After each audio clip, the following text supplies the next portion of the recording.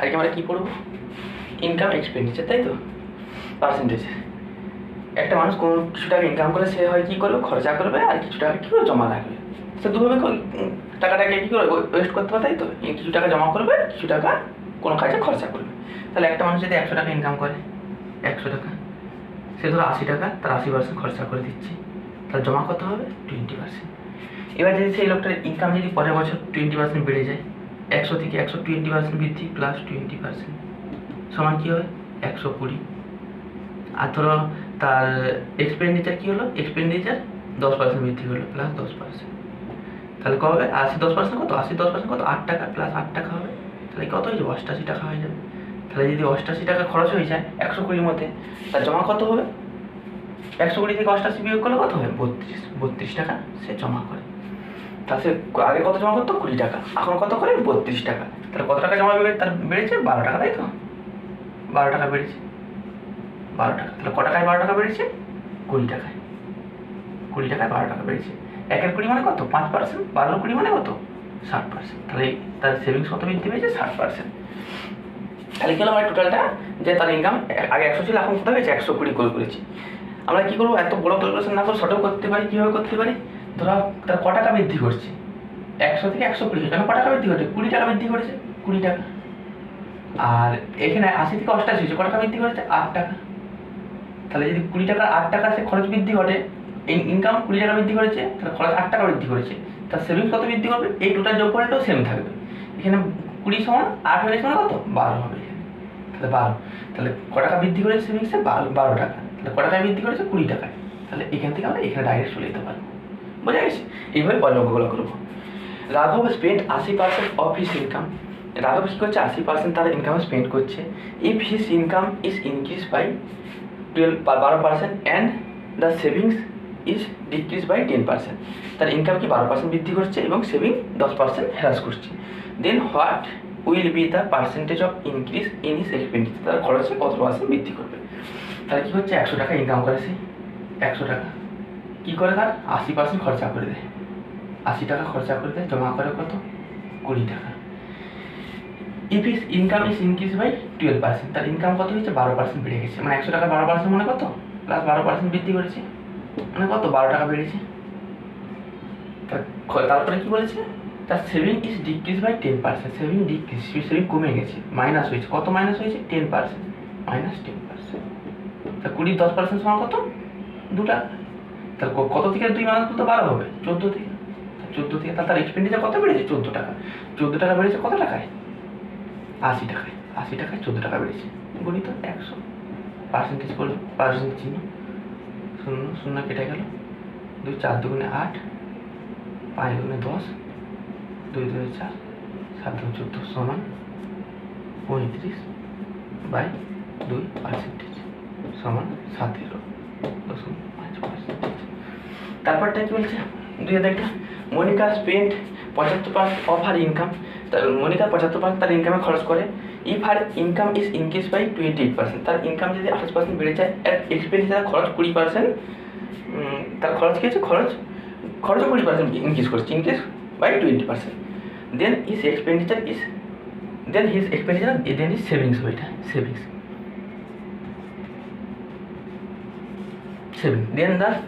Her savings is increase by, তার savings কত? Increase ঘটবে। ধরো 1 লক্ষের ইনকাম কত? 100 টাকা। তার মধ্যে কী করে? 75 টাকা সে খরচা করে দেয়, জমা করে কত? 25 টাকা, তাই তো। 100 টাকা 75 টাকা খরচা করলে 25 টাকা জমা করে দিয়ে। তার কী বলেছে? His income is increase by 28%, 28% plus 28% বৃদ্ধি করছে। তাহলে ক টাকা বৃদ্ধি করছে? 28 টাকা। 28 টাকা বৃদ্ধি করছে। আর কি বলেছে?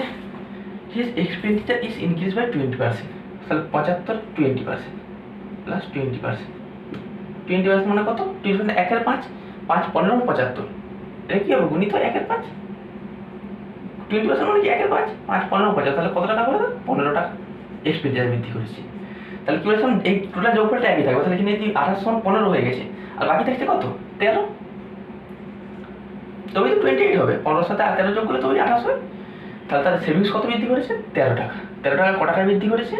25 টাকায়, সমান 1 এর 25 মানে কত? 1 এর 25 মানে 4%। তাহলে 13/25 সমান কত কি 52%।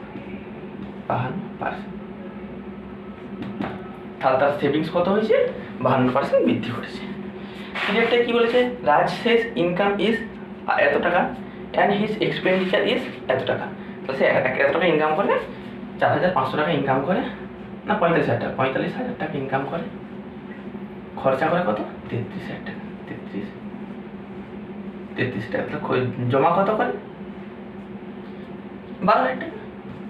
12,000 কেন এই যোগ করলে 3 দিয়ে 5 আর 3 একে 4, তাহলে কি 45,000 টাকা হচ্ছে। 12,000 টাকা সে জমা করে। If his income is increase by 20%, income কত পার্সেন্ট বৃদ্ধি করেছে +20%। তাহলে 20% ভ্যালু কত, 20% মানে কি 20% মানে 1/5, তাহলে কি 9,000 টাকা। 1/5 মানে পাইলাম 45, 9,000 টাকা। 9,000 টাকা। আর কি বলেছে, এক্সপেন্ডিচার বাই 12%, মানে এক্সপেন্ডিচার কি 12% বৃদ্ধি করেছে।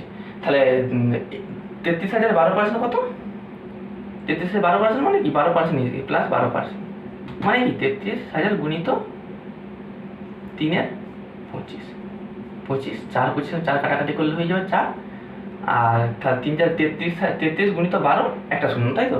তাহলে কত আসবে এটা 3,960 টাকা আসবে। তাহলে তার সেভিংস কত হচ্ছে, এটা থেকে 3,960 বিয়োগ করলে 0 4 4 0 4 0 9 10 0, হ্যাঁ, আর এখানে 5।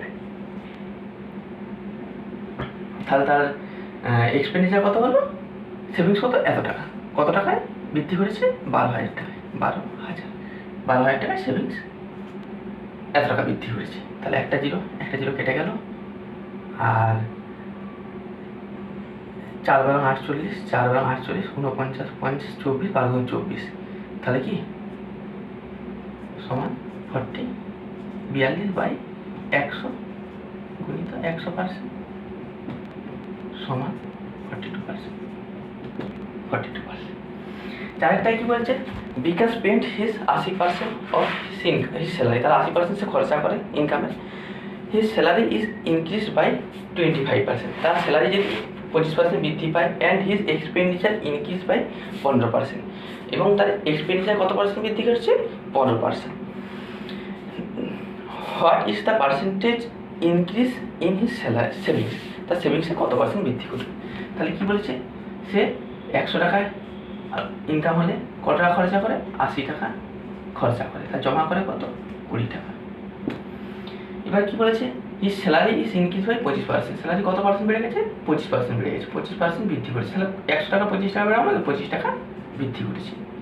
তারপর কি হচ্ছে, এক্সপেন্ডিচার ইনক্রিজ বাই 15%, তাহলে 80 15% তখন কত 15% মানে কি 3 এর 15% মানে কি 3 5 15 আর 5 3 এর 20 গুণিত 3 এর 20, তাই তো 20 4 4 20 80, তাহলে কত টাকা 12 টাকা বৃদ্ধি করেছে।